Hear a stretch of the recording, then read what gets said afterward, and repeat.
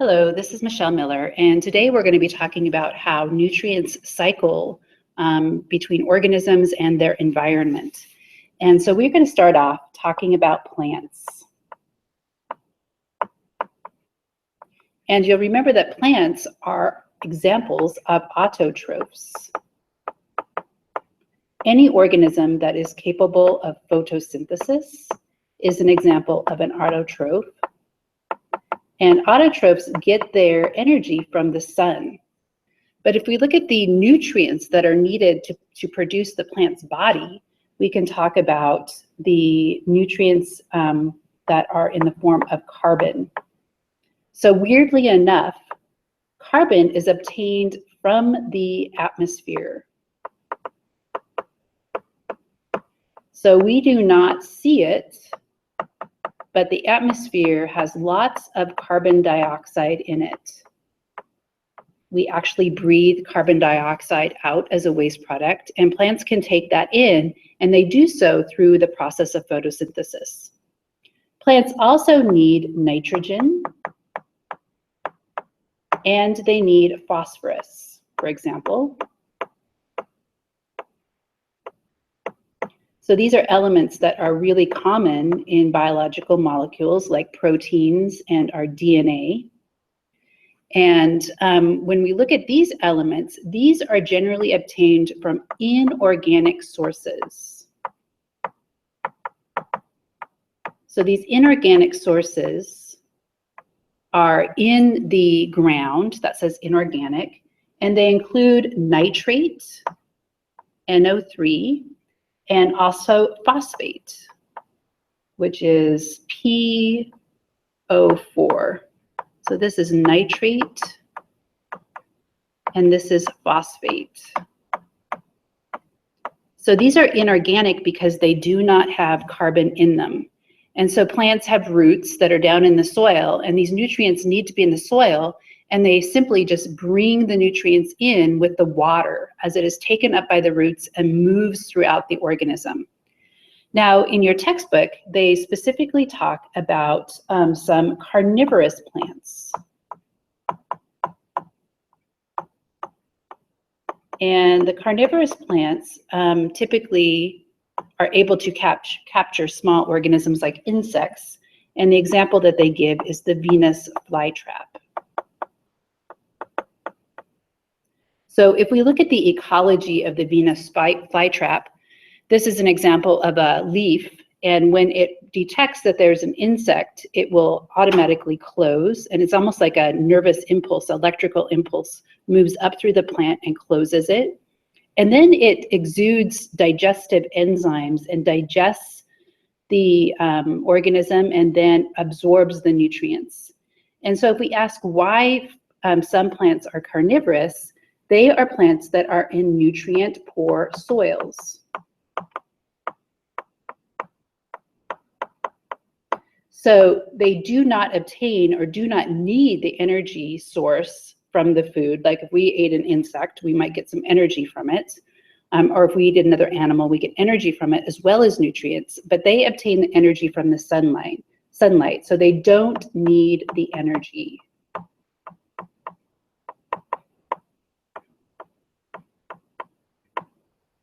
Okay. So if we look at the comparison to animals, remember that animals are heterotrophs, and that means other feeding.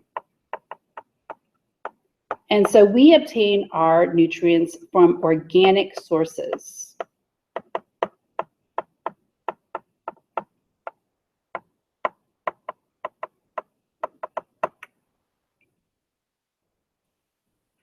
So if we look at some examples of these, we take in protein, and protein has amino acids in it. And so let's say this could be protein from a bean, so from a vegetable material, or it could be from another animal. And we use those amino acids, we break the protein down, and we use those amino acids, as building blocks.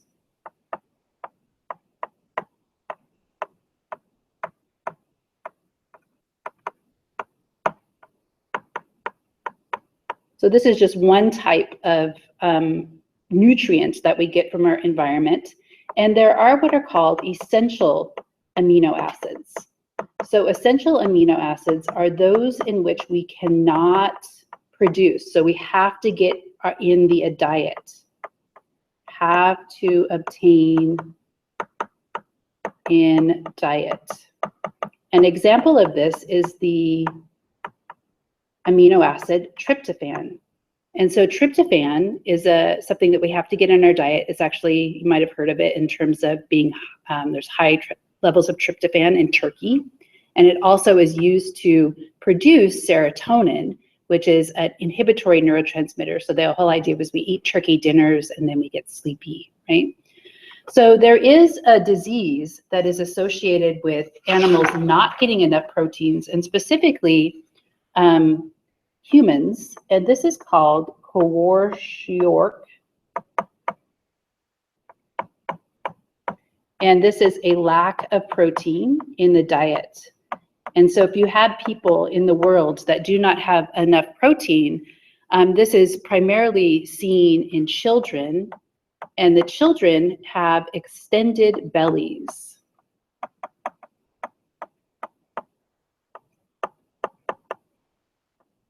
Extended bellies. And so if we were to look at a picture of some children that are malnourished, right? This is not because they have eaten a lot, but this is because they retain fluids. And so this is a form of malnutrition in humans.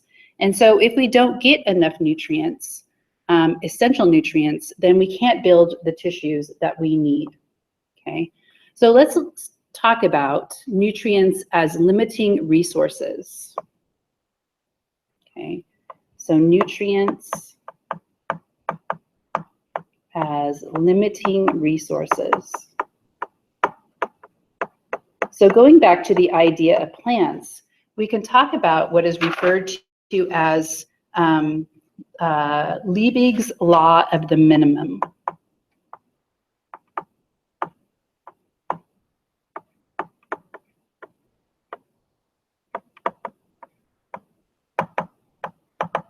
And so in plants, so this would be in plants, minimum. In plants, this is the idea that the growth rate of a plant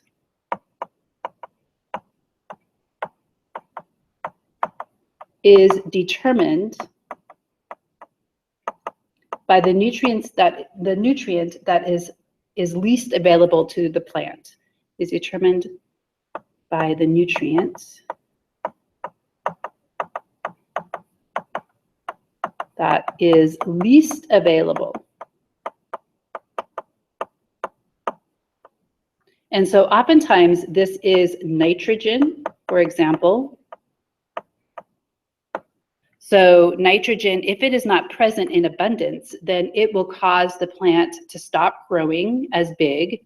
And so this is why people test the soil to see if nitrogen is readily available. And if the soil is limiting in nitrogen, then they would go ahead and they would amend the soil with inorganic fertilizer or organic fertilizer, which would be like manure, okay? So an example of a limiting nutrient and the Liebig's law of the minimum in plants is the soil not having enough nitrogen, and then you have to go in and amend it.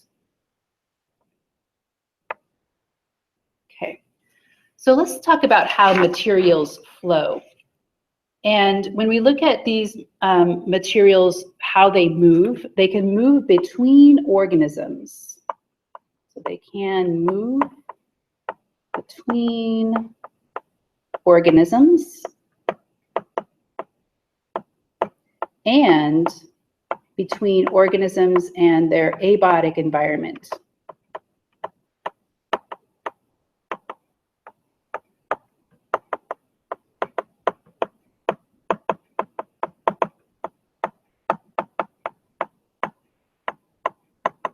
Okay, so a good example of this is carbon.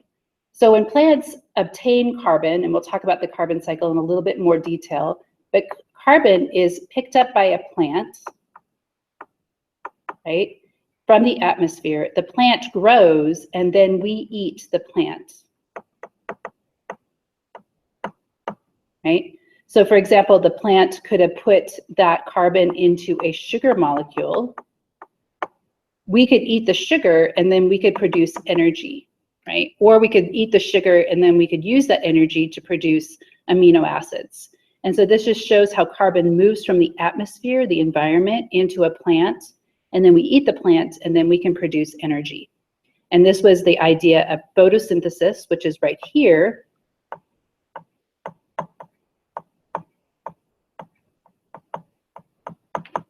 And then this is the idea of cellular respiration. So taking glucose and turning it into ATP is cellular respiration. Okay, or sometimes this is respiration. There's too many letters in there, so it's RESP, respiration. So sometimes this is just referred to as respiration rather than cellular respiration in your book. Okay, so here's an example of CO2 being picked up by a plant, and O2 is being released. And when we look at how the material actually moves inside of a plant, this is the process called transpiration.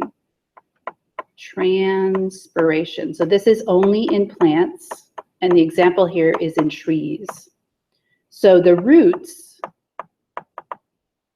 absorb or take up water and nutrients. Okay, the nutrients move up through the tree.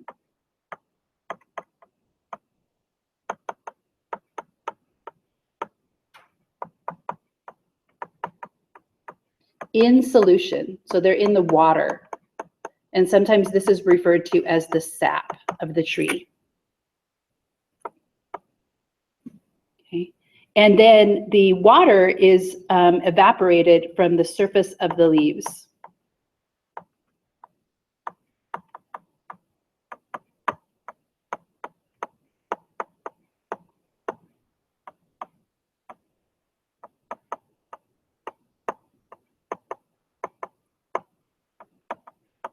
So the really interesting thing about transpiration is it doesn't really take energy, because as water is evaporated, so as water leaves the tree, it actually pulls water and minerals and nutrients up. So water moves up, and so that's the idea of it kind of breathing out water, and then it absorbs carbon dioxide and also releases oxygen. And so that sugar kind of moves up and down in the tree. Okay, so transpiration is the idea that water moves up through the tree without needing to be pumped, because it's just essentially connected to the water that is being evaporated out through the leaves. And then for animals, right, so we can amend the soil. So we can add fertilizer. So fertilizer, like manure,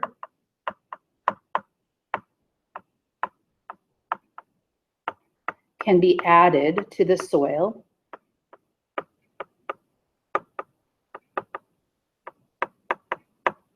To compensate for missing nutrients. And we'll talk more about fertilizers and the inorganic form of them versus the organic form in a little bit later, maybe later in the next lecture. Okay, so let's talk about the biogeochemical cycles. So bio means life and geo means earth. And so this is how materials move between biotic components, and then maybe we talk about materials in the Earth's crust. And then we could also talk about materials in the Earth's Earth's atmosphere. So where elements are stored, so we have 5 major areas of, sorry, my spelling is not up to that task today. 5 major sources of storage, or we'll just put 5 major storages.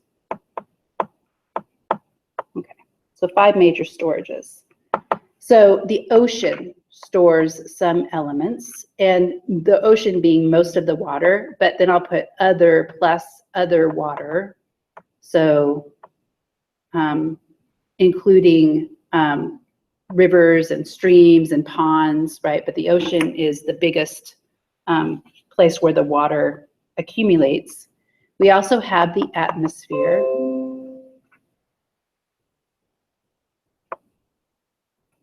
Oops, I don't want to restart now. We also have the atmosphere as a major storage area. We have the Earth's crust, which can be up to like 20 feet, or excuse me, 20 miles deep, the Earth's crust. We also have soil, the very top of the Earth's crust. And then we have biota. And so the biota are the living components. And then we have arrows, and that just tells us how things move between these different areas of storage. So I'll give you an example. Here's just a basic example of the transfer. So for example, if we talk about carbon coming out of the atmosphere and then being put into plants, and then the plants die, and then it can go into the soil, okay? Sometimes we have nutrients flowing from the biota into the fresh water.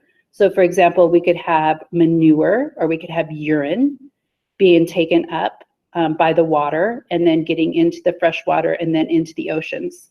So this just shows the 5 areas that we store elements that we need, and then their movement between them. So these elements that we're going to talk about are always moving between these different storage areas. And so this movement of between the storage areas could include photosynthesis and respiration. So for example, we can store carbon in the rainforest, and then it could breathe out oxygen. And so we can see that they're taking out CO2 and putting in oxygen. And so here we see the flow between the atmosphere and living organisms like in the tropical rainforest. Okay, so the thing I want to talk about here is the idea of spontaneous flows versus non-spontaneous flows.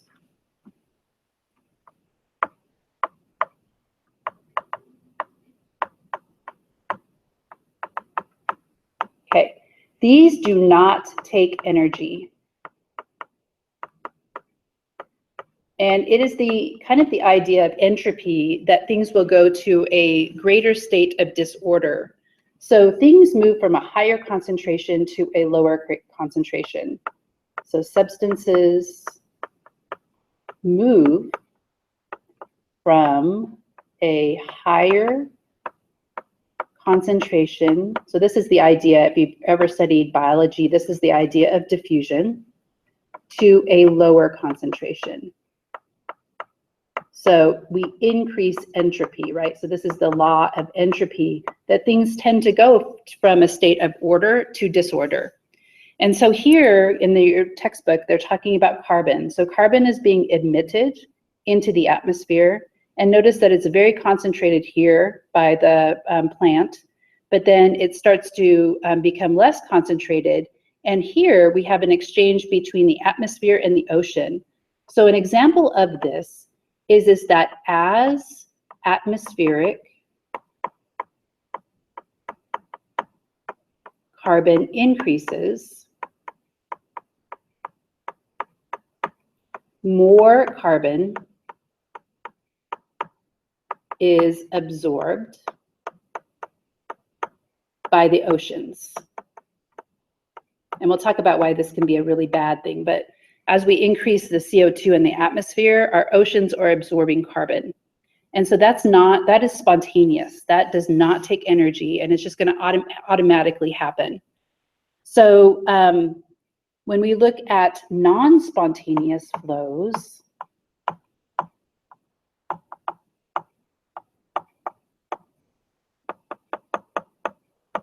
this generally takes energy. And it generally moves things from a lower concentration to a higher concentration.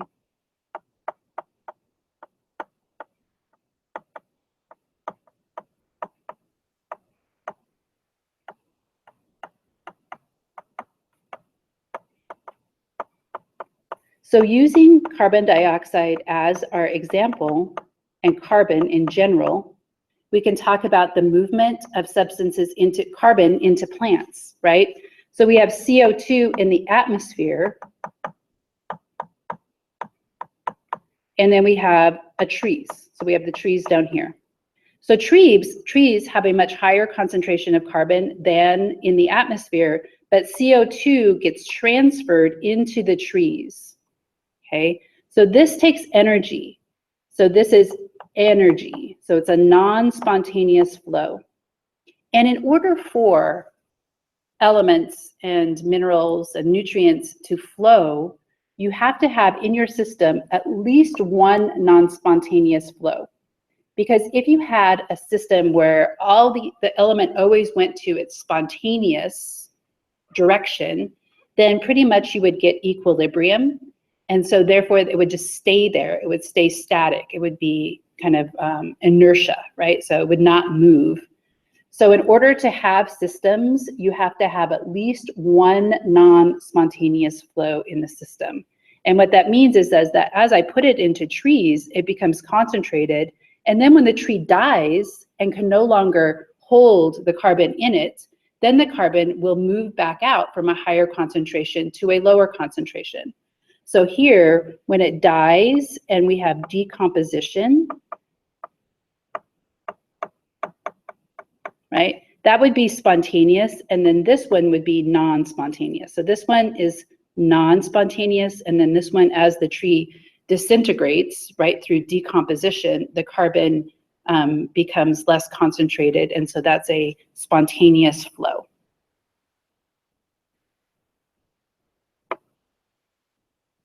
So this was the diagram in your book that shows this, that it actually takes solar energy for carbon dioxide to be combined with water to produce sugar and oxygen, right? So here you can see that the carbon atoms are much more concentrated, the dots are the carbon atoms, they're much more concentrated in the trees than they are in the atmosphere, so therefore it takes energy to get them in that direction.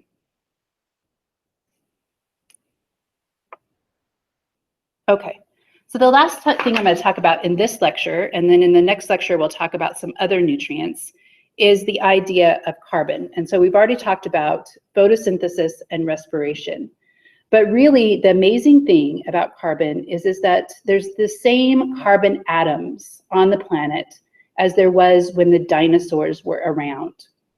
So if we look at the carbon cycle, we can see how we could potentially have carbon atoms in us that were once found in dinosaurs, okay? So I'm just gonna give you an example of this. So this is a hypothetical example. So the dinosaurs,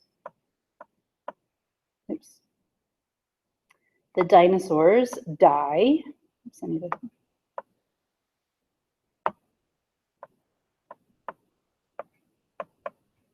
okay.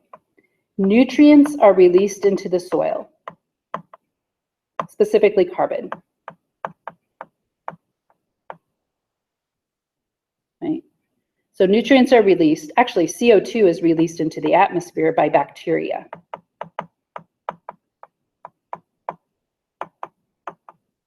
So as bacteria break down organisms, they respire too, so they would produce CO2 in the atmosphere. Okay, so the CO2 is taken up by a plant, an ancient plant. So CO2 is taken up by a plant.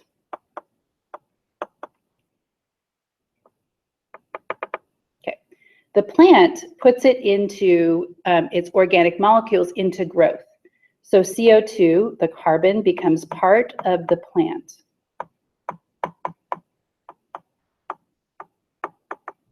It could be the cellulose that makes up the plant walls. It could be in the amino acids that make up the proteins in the plant, right? The plant dies and becomes buried.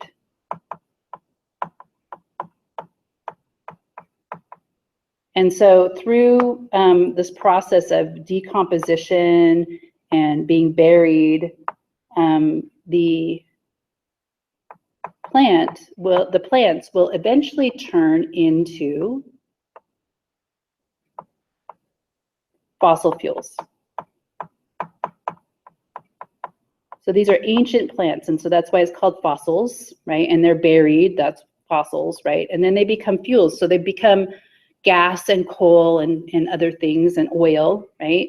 And then let's say that these fossil fuels get taken out of the earth and they get burned. So burned, and they release CO2 into the atmosphere.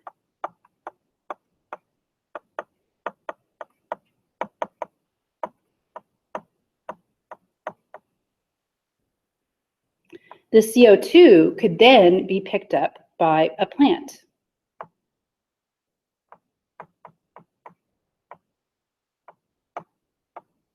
And incorporated into a fruit. So it's put into reproduction. And I'm running out of room here, so I'm going to just go up here. So I eat the fruit.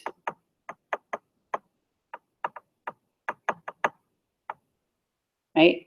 And so the carbon that was once in a dinosaur is now incorporated into my body.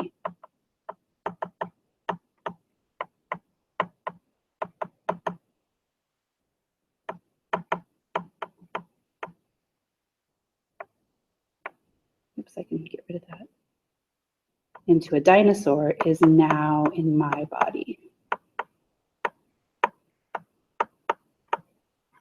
Okay, so this is just hypothetical, but even carbon atoms like in famous people, I think your textbook talks maybe about Shakespeare or somebody like that. So the carbon atoms that were once in his body, right, when he died, or when he sloughed off cells or whatever, those carbon can be recycled by the body, by plants. And so it can go through this carbon cycle, and then it could end up in you. So you could have carbon atoms from somebody else. And so this is relates to that idea from the previous lecture, which was the conservation of matter. The carbon atoms are not broken down, they're just continually recycled. And so the carbon cycle depends upon photosynthesis and respiration. So photosynthesis removes carbon from the atmosphere, and respiration puts it back into the atmosphere. So if we look at a diagram,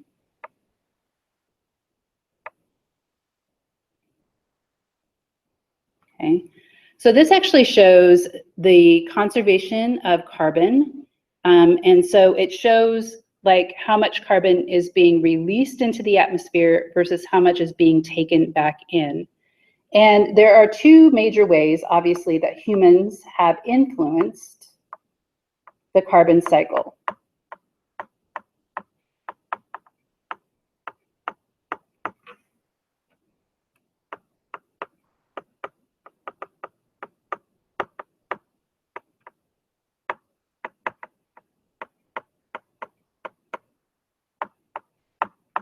The first is the burning of the fossil fuels.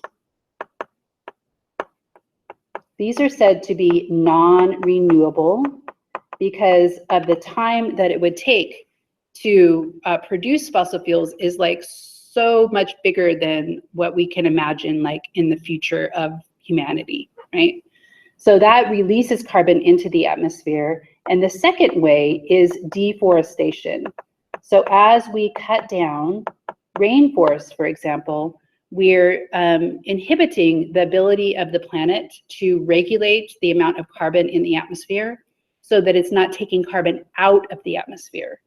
So this would be kind of an example of, releasing, this is the releasing of the carbon into the atmosphere versus being able to bring it back down into a storage area, okay?